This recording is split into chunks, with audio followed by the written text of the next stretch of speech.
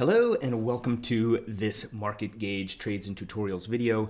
Today I'm going to show you a technique or a tactic for being able to buy a stock, or in this case the S&P 500 ETF, near the low of the day at a critical inflection point, or in this case a retracement and then gap higher. So the idea here is we're going to use the opening range, which is often viewed as a day trading tactic, but I use it for swing trading just as frequently.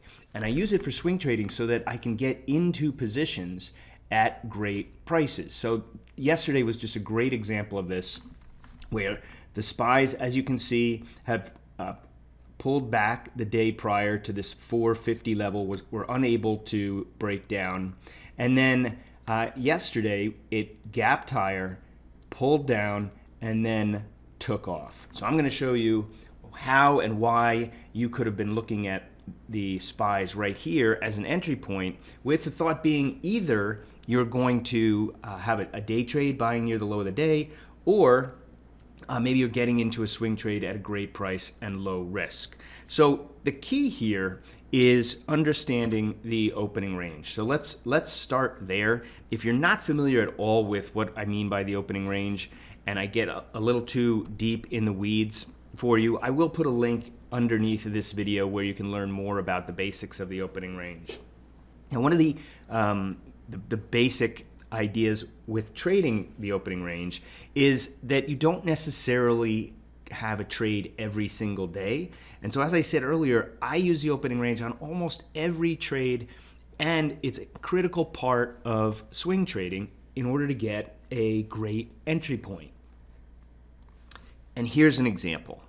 So the big picture is really important when you're considering any swing trade, and it's equally as important when you're thinking about how you're going to trade the opening range. Now, I will get to the opening range in a second, but before I get there, I'm coming to the market with a bias. And the bias is that the market was unable to break down. The SPYs did not break below the 450 swing low here the other day, but the Qs did. So the Qs broke but didn't follow through. Additionally, the IWMs are down here at this 210 level, which, as you can see, is a big support level. So I'm looking for the market to either have a major breakdown from here and from here in the Qs, or to bounce, and if all it does is rally back up to 400 in the Qs, or back up to 470, the top of the range, that's a great trade. And right now, as I'm doing this, we are in the last 2 weeks of December. So Christmas is this weekend. This is an extremely bullish seasonal time.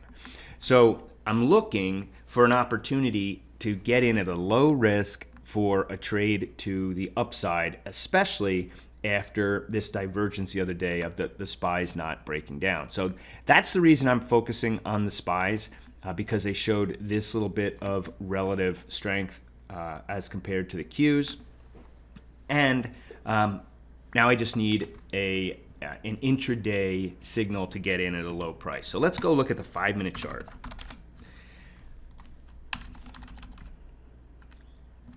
All right, so just a quick intro to the opening range. As I said, I'll include a video below this, or a link to another video that'll give you more of the basics of the opening range. But the opening range, as I'm going to use it in this particular video, is going to be the first 30 minutes of the day, the high of that period and the low of that period. Now, I happen to have this green line, dotted line, at the high of the first 30 minutes, and this red dotted line at the low of the first 30 minutes. Now, one of the patterns that we focus on in teaching the opening range is an opening range reversal. Again, in a nutshell, really quickly, you're looking for the market to pull back down to that 30-minute low, start to bounce, and get in based on a reversal pattern. Now, when you're looking at the overall market, so whether you're going to trade the actual market, as I did in this case, or you just want to know whether or not today is a day to be looking to buy other stocks, you can use what I'm about to show you. And it's as straightforward as this. I've got the SPYs in the left, upper left, the Qs in the upper right. IWMs in the lower right, and the Dow in the lower left. Now, for today, I am going to change the Dow to the IVE. I've been talking a lot about this in my weekly webinars. The IVE represents the value portion of the S&P 500. And since we're entering a phase where cyclicals have become such a big part of where the market is rotating in or out of, I like to look at the IVE to kind of represent that cyclical influence. And I like to see the IVE and the SPY doing the same thing if I'm going to be betting that that's the direction of the market. Come back to that in a second. So the idea of a opening range reversal and buying near the low of the day is as straightforward as you're buying with a stop below that first 30 minutes. Now, there are specific reversal patterns that we look for, so it's not just a blatant buy near the low of the day. And I won't get into those in order to keep this short. And bigger picture for this video is looking at these three different indexes, primarily SPYs, Qs, and IWMs, and letting them tell the story of what the market's doing. And so with respect to yesterday, again, we gapped higher and then we pulled back. I actually bought this initial reversal here and then got stopped out on one of these bars here.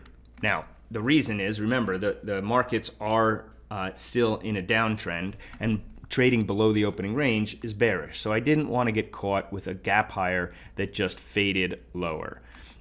However, as soon as it reversed and gave me another opening range reversal pattern, I got right back in, and again, my stop would have been below the low of the day. And as you can see, buying it somewhere around 457 and change, I still have it up at 463. That's either a great day trade or a really good beginning to a swing trade. But now let's talk about why. As I said, the purpose of this video is really to illustrate how important and how powerful it can be to look at these three all together with the opening range. So notice the Qs pulled back, had a little consolidation near their opening range low, moved higher as well. This is why I got into the SPYs here, because they were both doing the same thing. Notice how IWM gapped higher, didn't even come back down to its opening range low, and was breaking out to the upside. So all three of them had a bullish pattern, the IWMs being the most bullish, which kind of makes sense. It's on the biggest support. It's been hit the hardest. So with everything doing the same thing, I wanted to bet that this opening range reversal was going to work. Now, the other key factor here is what you can't see in this chart is this level right here is the prior day's high. So when a market gaps higher or a stock gaps higher, one of the best places to look for an opening range reversal as it pulls back is at its opening range high or its prior close, especially if that prior close is near the high. So again, this gave me good reason to believe this first reversal would work, but when it failed, it stopped right here, which is the prior day's close. And its opening range reversal was still at the prior day's high. So again, when it came back through, we now had a second good opening range reversal pattern.